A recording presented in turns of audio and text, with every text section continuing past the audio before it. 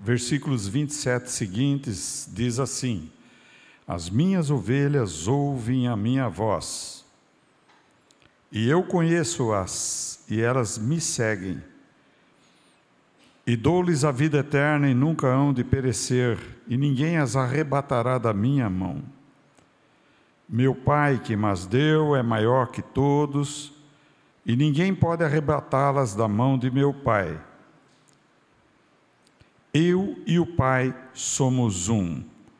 Os judeus pegaram então outra vez em pedras para o apedrejar.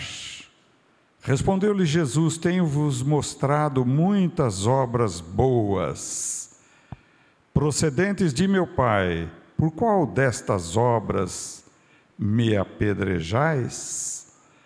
Os judeus responderam, dizendo-lhe: não te apedrejamos por alguma obra boa, mas pela blasfêmia, porque sendo tu homem, te fazes Deus a ti mesmo. Santo Espírito, eis a tua palavra, e eu quero que o nome de Jesus seja glorificado.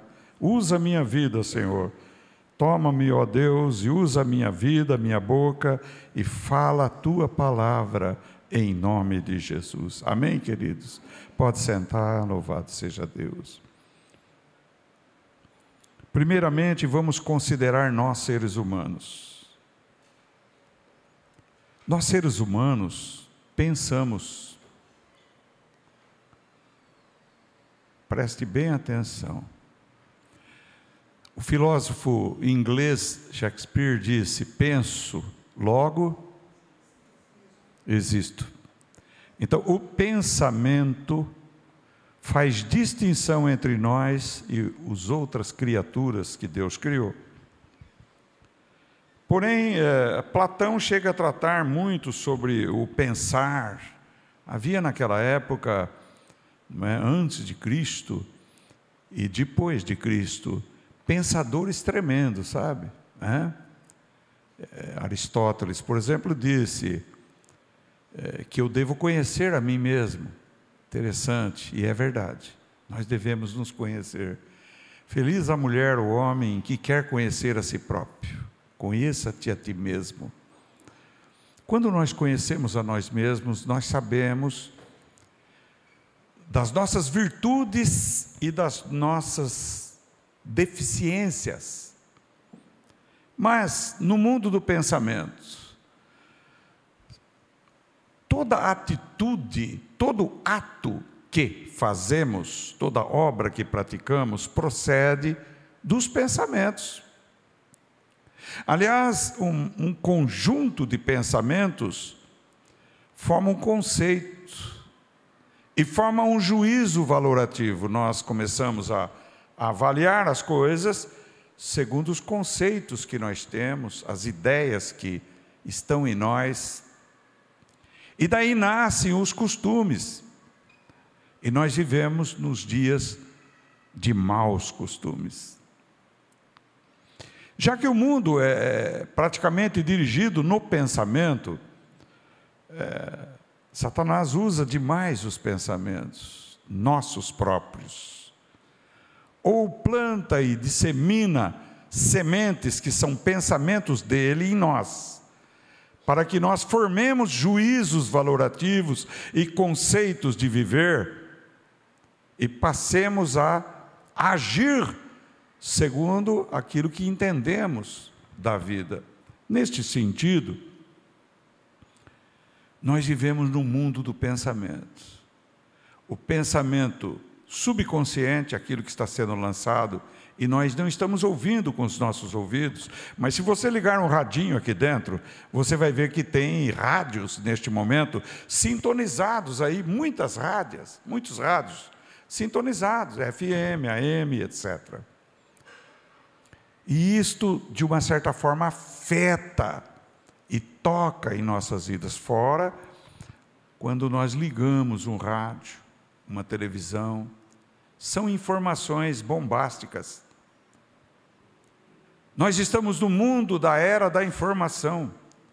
A informação é ventilada de uma forma muito veloz, através dos celulares, principalmente, não é? Da internet, coisa que antes as gerações anteriores não tinham, e por isso viviam mais tranquilas, viviam afastadas da turbulência.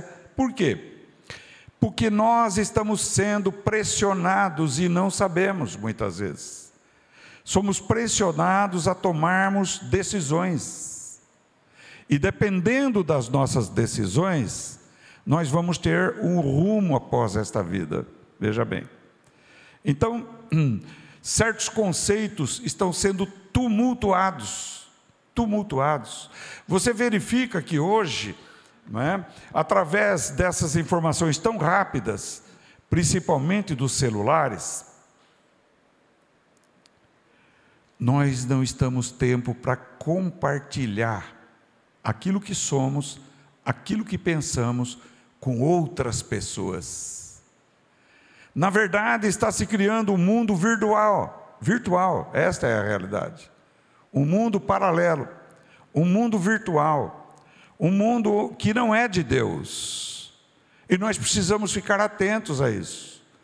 Não sermos escravizados por esse noticiário bombástico que está existindo nos dias atuais. Isto está fragilizando-nos espiritualmente, nos levando para baixo moralmente e fazendo-nos tomar decisões erradas sobre nossas vidas, como que se nós fôssemos obrigados a decidir imediatamente sobre qualquer tema e qualquer assunto. Mas por que eu estou falando tudo isso? Porque existem vozes, são vozes de locutores, vozes de jornalistas, vozes através de lives que estão sendo feitas, e nós estamos sendo bombardeados muito mais pelo mundo invisível do que pelo mundo visível. O mundo visível é o que nós vemos, porém, estamos vivendo numa realidade como se esta não fosse a nossa realidade concreta. Compreenderam? E isso tem trazido revolta em muita gente, tem trazido principalmente nos jovens, um espírito de revolta muito grande por ver a diferença social existente entre as pessoas. Este mundo fala sobre religião, fala sobre ciência, fala sobre noticiário, fala sobre política, fala sobre esporte e fala sobre tudo. E muitas vezes a gente acaba ficando deprimido e ansioso e não sabe por quê. Eu quero que você pense uma coisa: Jesus, naquela época que Jesus andava em Israel, não haviam esses meios de comunicação, haviam os meios de comunicação presenciais apenas, e no entanto, sempre ele se retirava ao monte para estar sozinho. Por que será que ele fazia isto? Se retirava longe do barulho, se retirava, estava só com o Pai, em momentos sérios e de decisões. Veja bem, ele orava, ele meditava, ele analisava o ministério, o ofício que ele tinha que realizar entre nós. Mas nesta palavra, nós vemos o que ele diz é interessante: as minhas ovelhas ouvem a minha voz. Olha, então, dentre tantas vozes que existem no mundo, Jesus destaca a voz dele. As minhas ovelhas ouvem a minha voz. Aleluia. Aleluia. Então, como é que você poderia perguntar: eu posso ouvir a voz de Deus se Ele não está aqui fisicamente? Então não se converteu ainda, se pensa assim. Desculpa. Por quê? Porque Ele está aqui. Aleluia. Ele está aqui no meio de nós. Aleluia. Ele usa a minha boca para falar de outros pregadores, pregadoras da palavra.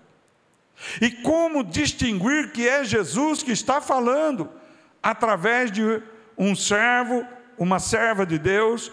Como reconhecer a voz de Jesus? Pois Jesus diz que as minhas ovelhas ouvem a minha voz. Aleluia. Veja, quando a palavra genuína é pregada, autêntica é pregada, quando a palavra de Deus é anunciada, você reconhece a autoria de Jesus naquela palavra. Porque aquela palavra, ela te traz salvação. Ela te traz cura divina. Ela te traz libertação. Veja bem. Então nós sabemos onde buscar esta palavra. Não sabemos? Pois nós sabemos muito. Quando nós precisamos de remédio, nós vamos numa farmácia. Quando nós precisamos de alimentos, nós vamos no supermercado ou no mercado. Quando nós precisamos de um médico, nós vamos e marcamos horário para irmos no médico. Então nós sabemos. Agora, quando nós precisamos da palavra de Deus, onde é que nós temos que ir? Qual o lugar que nós devemos nos dirigir? Hein? É pergunta ou é resposta? Na igreja. Hã? É resposta. E bem débil, né? Bem baixinha, bem tímida. Para ver como é que os pensamentos de Satanás estão oprimindo o ser humano. Quando nós chegamos no templo, na igreja, para nos reunirmos como igreja, nós já chegamos oprimidos, nós já chegamos cansados, nós já chegamos desgastados, mas Jesus está dizendo para você e para mim, para nós e para aqueles que estão online: vinde a mim os cansados, os oprimidos e os sobrecarregados, e eu vos aliviarei. Ria malachuricanta. Vinde a mim, Jesus está dizendo. Porém as pessoas estão formando um conceito totalmente errado de Jesus, e não querem entregar a vida a Jesus, e não querem ter tempo para Jesus, não querem mais meditar em Jesus e na sua santa palavra. Quanto tempo temos gasto na presença de Jesus por dia? Nós estamos com tempo para tudo. É tempo para divertir, é tempo para passear, é tempo para comer, é tempo para ir nos amigos, é tempo para trabalhar, e vai embora tempo. E o tempo para Deus? Como tem sido o teu tempo, o nosso tempo para Deus? Pensa nisso. Pense um instante. Por que então está tão aflito, cansado e oprimido? Vinde a mim. Veja bem uma coisa, ele diz que as minhas ovelhas ouvem a minha voz, e eu conheço-as, e elas me seguem. Você e eu e nós somos ovelhas de Jesus. Eu sei que eu sou ovelha de Jesus. O salmista diz: o Senhor é o meu pastor e nada me faltará. Veja, ele tinha intimidade com Deus, ele tinha aproximação com Deus, ele estava junto de Deus, e ele refletiu: se eu sou pastor de ovelhas, e eu zelo das minhas ovelhas, então Jesus, o Deus vivo, é o meu pastor, e ele zela da minha pessoa, ele cuida de mim, porque eu quero que ele cuide de mim. Aleluia. Não vai me faltar alimentos, não vai me faltar água, não vai me faltar refrigério para a minha alma não vai ficar turbada, a minha alma não vai ficar ansiosa, porque o Senhor é o meu pastor e nada me faltará.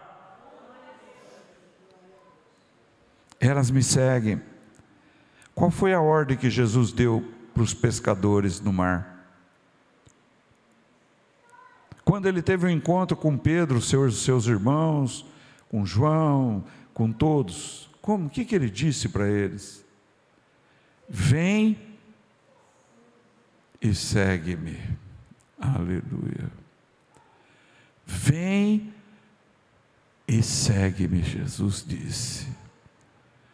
Mas eles eram apóstolos. Mas eles eram, antes de apóstolos, ovelhas. Um dia Jesus disse para você: vem e segue-me. Aleluia. Você está seguindo Jesus de verdade? Você está priorizando a obra de Jesus na tua vida? Você está considerando que a voz de Jesus é melhor do que dos repórteres, dos informantes, dos que fazem live, do que todas as informações que existem na terra e todas as expressões de pensamentos e conclusões que estão chegando no mundo? Jesus tem mais valor para você, a voz de Jesus é mais poderosa, é mais maravilhosa, é mais efetiva, é mais reluzente na tua vida do que a voz dos outros? É? Então vem e segue-me. Aleluia. Ande após mim, e eu vos farei pescadores de homens. Aleluia. Glória a Deus. Vocês pescam peixe, vocês vão pescar homens agora. Aleluia. Aí Jesus diz assim: e dou-lhes a vida eterna. A vida eterna é dom de Deus. A vida eterna é dádiva de Deus. Deus dá a vida eterna às suas ovelhas. Você tem a vida eterna? Você tem a vida eterna? Certeza? Certeza que Deus deu para você, que Jesus deu para você a vida eterna? Então por que viver aflito? Por que viver oprimido?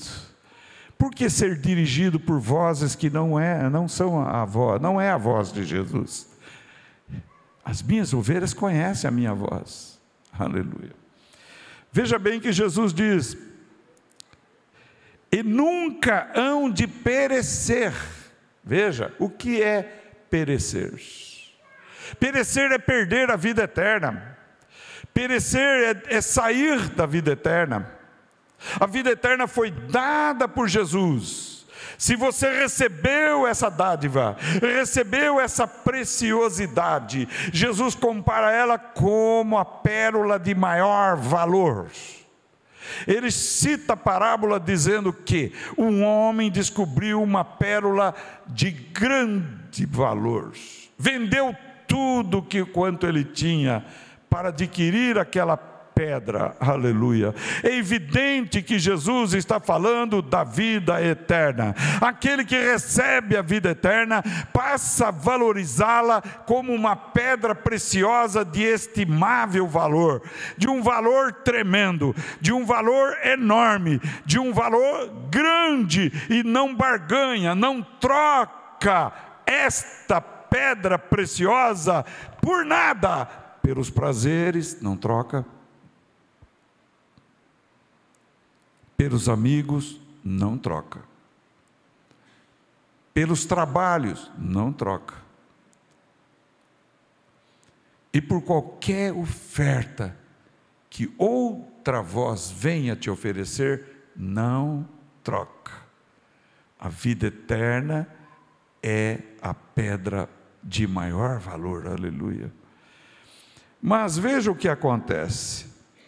Jesus diz que meu Pai que mas deu quem? As ovelhas.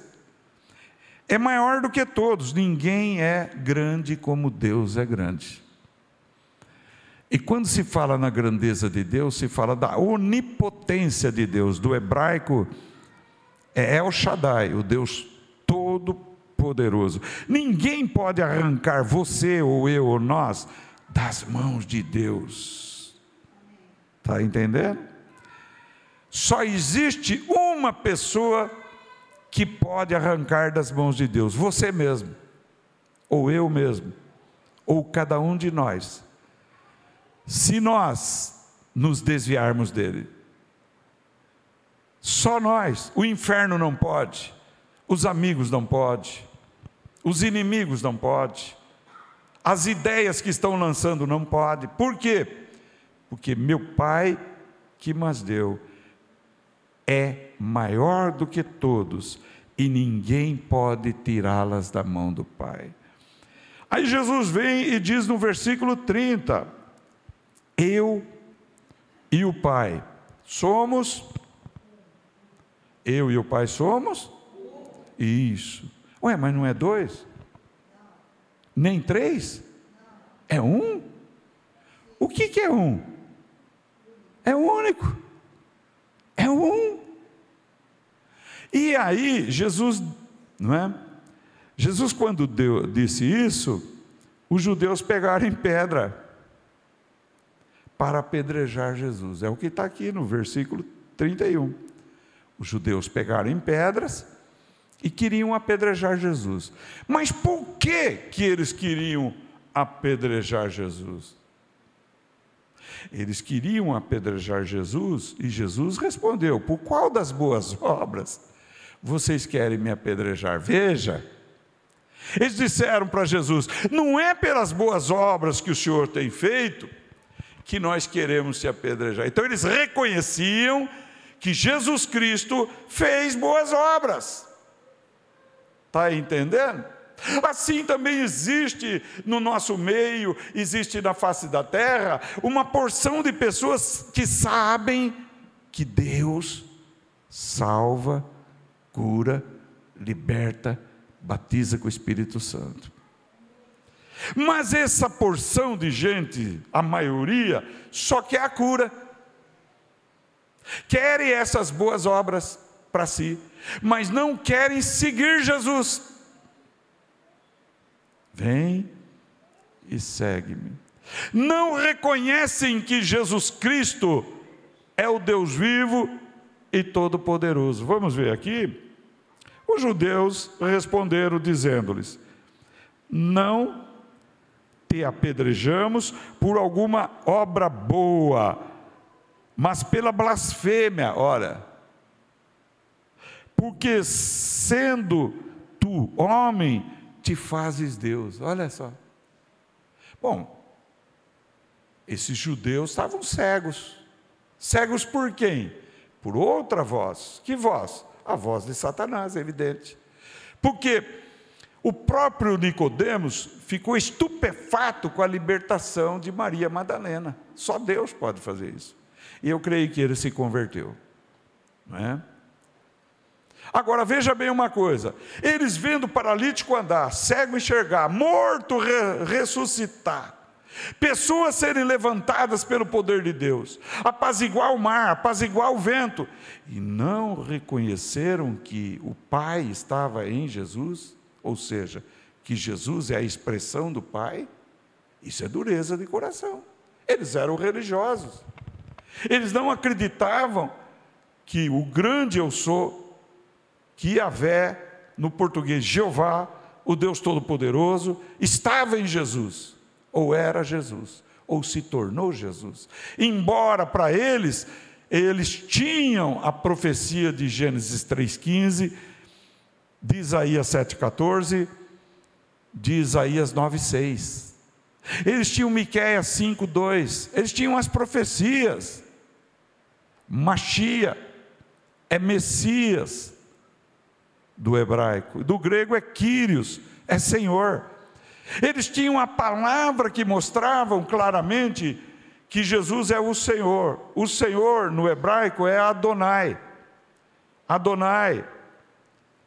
Adonai é Deus, é Senhor. Ouve Israel, o Senhor é o único Senhor, é o único Deus, o único. Deuteronômio 7,4. É o chamar que chama para os judeus, a oração principal. E estavam cegos e não enxergavam que em Jesus estava o Pai. E quando Jesus explicou que o Pai estava nele e que o Pai fazia aquelas obras, eles bem compreenderam o que Jesus falava. Tanto que eles disseram: nós queremos te apedrejar por blasfêmia. Está aqui, ó. João 10, 32. Porque tu, sendo um homem, te fazes Deus.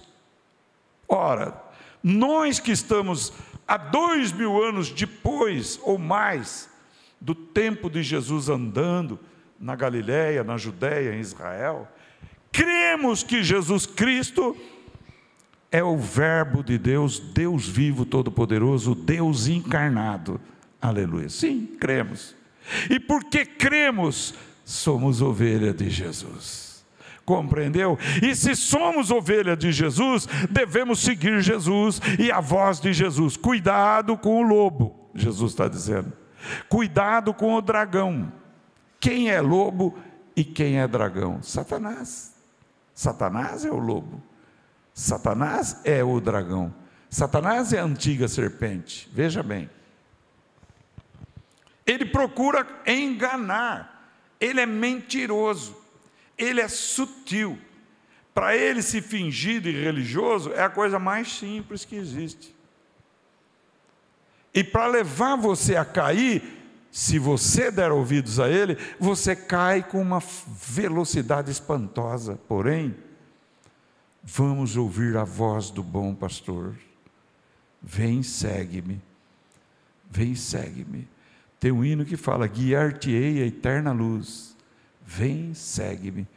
Vem, segue-me. Aleluia. Jesus, o bom pastor, o pastor amado, o Deus Todo-Poderoso. No outro texto anterior, aqui em João 8, 24, ele fala para os mesmos judeus: se vocês não crerem que eu sou, morrereis em vossos pecados. Pois é, Jesus garante para nós o perdão dos nossos pecados e a vida eterna. Ele garante. E ele está dizendo: ninguém pode tirá-las da mão do meu Pai. Que segurança maravilhosa. Agora vamos ver os ensinos de Jesus, alguns deles, para ver se nós somos discípulos de Jesus. Jesus, quando ele pregou e quando as pessoas se convertiam, as pessoas eram batizadas. Batizadas em Cristo Jesus. O batismo tem valor, excelente valor. Tem duas ordens de Jesus expressas. Uma delas é o batismo nas águas, estou falando. O segundo é a Santa Ceia do Senhor. Ele diz: ensina a nação, batizando-as em nome do Pai, do Filho e do Espírito Santo, o que significa em nome do Senhor Jesus Cristo. Senhor Pai, Jesus Filho, Cristo Espírito Santo. É importantíssimo o batismo. Eu me lembro que quando eu fui para a igreja, o que eu mais almejava era ser batizado. Depois de discipulado, ensinado pela palavra de Deus, eu desejei tremendamente ser batizado. O batismo é importante. Então uma das ordens de Jesus é ser batizado. A outra é a Santa Ceia do Senhor. A outra é seguir Jesus. Seguir e aprender de Jesus. Você vindo à igreja, você está aprendendo de Cristo Jesus. Entenderam ou não? Quando ele diz: amai até os vossos inimigos. Ah, mas eu não devia amar aquele que me ama e ter ódio daquele que não me ama? Jesus diz: faça o bem para aquele que lhe faz o mal. Ou, noutras palavras, não seja mal porque o outro é mau, seja bom, porque Deus está vendo tudo. Ore por aquele que te persegue, te calunia, e você estará juntando brasas na cabeça dessa pessoa. Essa pessoa vai passar mal bocado. Jesus está dizendo: não julgue, para que não seja julgado. Ensino de Jesus. Está entendendo? Jesus nos ensina: faça para o próximo o que você gostaria de receber do próximo. O que você gostaria de receber do próximo? Que ele te tratasse bem, que ele te desse atenção, que ele fosse teu amigo, que Ele pudesse te auxiliar. Faça isso então, para o próximo. Estamos fazendo essas coisas. Jesus quer que busquemos o reino de Deus em primeiro lugar. Mateus 6,33, buscar em primeiro lugar o reino de Deus e a sua justiça, e todas as demais coisas vos serão o quê? Isso, glória a Deus, está vendo? Jesus quer que a gente esteja juntos. Como é que Jesus vivia com os seus apóstolos? Separado ou juntos? Sempre eles se ajuntavam, meditavam, aprendiam a palavra, recebiam orientação e saíam a anunciar a palavra de Deus. Nós temos feito assim? Pensa nisso. Jesus diz que Deus é espírito e que os seus adoradores devem adorá-lo em espírito e em verdade. O que é adorar a Deus? É durante o louvor, principalmente o louvor, nos conduz, nos leva a adorar a Deus. Por que vocês acham que Davi era um homem segundo o coração de Deus? Por quê? Porque Davi pegava a harpa, entoava louvores, cantava louvores, glorificava a Deus e se alegrava em Deus. Compreenderam?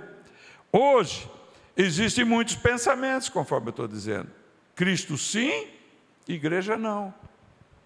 Seria o mesmo que dizer, eu tenho fome, mas não vou comer. Por quê? Porque onde se come espiritualmente? Na igreja. A igreja é o corpo de Cristo. Na igreja, Deus comissiona uns para apóstolos, pastores, mestres, doutores e evangelistas, tendo em vista a edificação do corpo de Cristo. Está em Efésios 4:10, o que eu citei agora. Corpo de Cristo, está em 1 Coríntios 12:27. Então, nós temos que voltar ao cristianismo inicial, ao cristianismo primitivo. Em Atos capítulo 2, depois do dia de Pentecostes, o pessoal chegou e disse para Pedro e para os demais apóstolos: o que faremos, varões e irmãos? Eles estavam compungidos no coração. O que é compungido? É tocado. Deus havia tocado naqueles corações, estavam arrependidos. E Pedro disse: arrependei-vos, e cada um de vós seja batizado em nome de Jesus Cristo, para perdão de vossos pecados, e recebereis o dom do Espírito Santo, porque a promessa é para vós, para vossos filhos, e para todos os que estão longe, e para todos quantos Deus nosso Senhor chamar. Atos 2, 38. Depois lá em Atos 2,42 diz: e eles perseveravam, unânimes, no partir do pão. O partir do pão aqui tem dois sentidos: Santa Ceia, ou partir o pão e se alimentar. E eles aprendiam a doutrina dos apóstolos. O que é doutrina dos apóstolos? São os ensinos bíblicos que alimentam verdadeiramente nossa alma. Está compreendendo? Que é o que nós temos procurado fazer constantemente nesta igreja, através dos cultos, através da escola bíblica dominical, ensinar e orientar na palavra de Deus.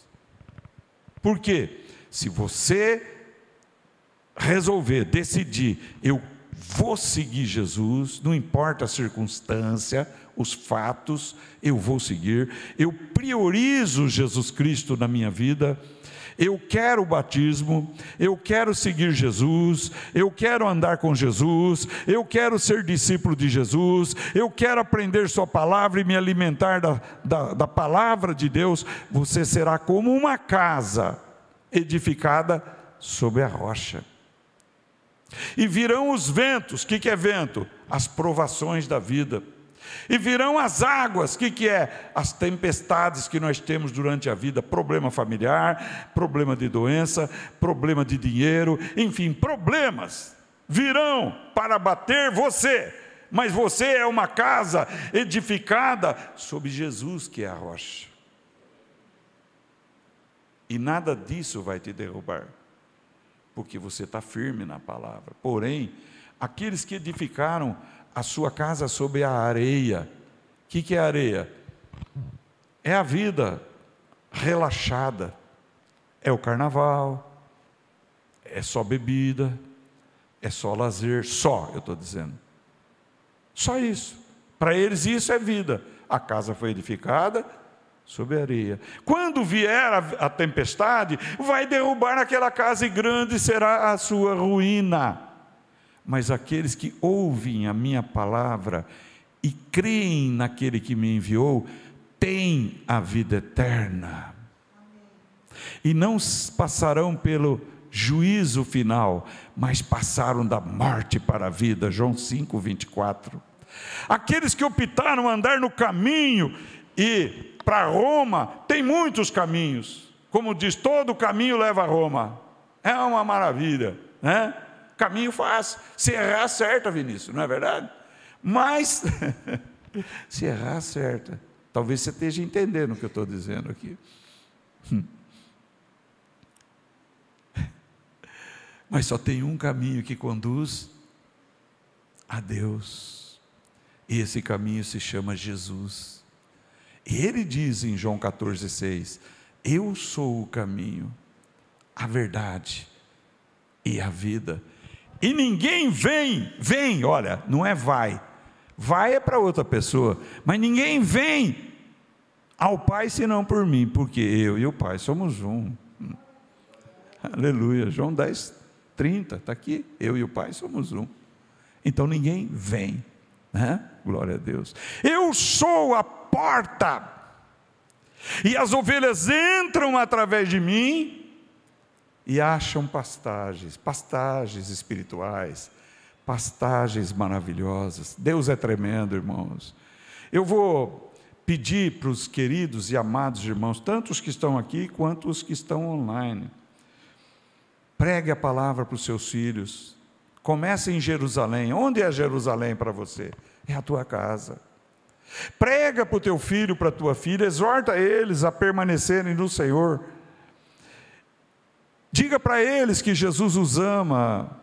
Prega para eles, por favor, prega para os parentes. Aí já é Judéia, Samaria, está entendendo? E prega para os vizinhos e para a cidade, aí é os confins do mundo. Aleluia. Tem gente dizendo, eu gostaria de pregar na Índia. Ué, então prega em Jerusalém primeiro. Onde é Jerusalém para nós? É a nossa casa. Você imaginou, nós partimos desta vida, ou Jesus nos vem buscar, e nós vamos para a glória. E depois na glória, cadê meu filho? Não veio, está no inferno. Cadê minha filha? Está no inferno. Cadê meu amigo, minha amiga? Está no inferno. Então nós precisamos ser incendiados pelo amor de Deus. O amor de Deus nos constrange, e nós devemos pregar a palavra de Deus, primeiramente, dentro da nossa casa, exortá-los a estar na igreja, valorizar a igreja de Deus. Compreenderam? Irmãos, eu, a minha esposa e mais 2 irmãos, o Lucas e o Mateus, estivemos em Jaú. Pergunta para eles a recepção que nós tivemos. Não estou falando só de questão de comida, não. Eu estou falando de recepção com respeito, com amor, por ser um servo de Deus que estava lá, e vários servos de Deus. O amor que nós fomos recebidos. Isso está faltando no seio do povo de Deus. O povo de Deus não pode deixar ficar gelo, não pode se esfriar, não pode se desviar, não deve fazer isto, mas deve ter o amor de Cristo no coração. Estas são as palavras de Deus para esta noite. Está encerrado. Glória a Deus.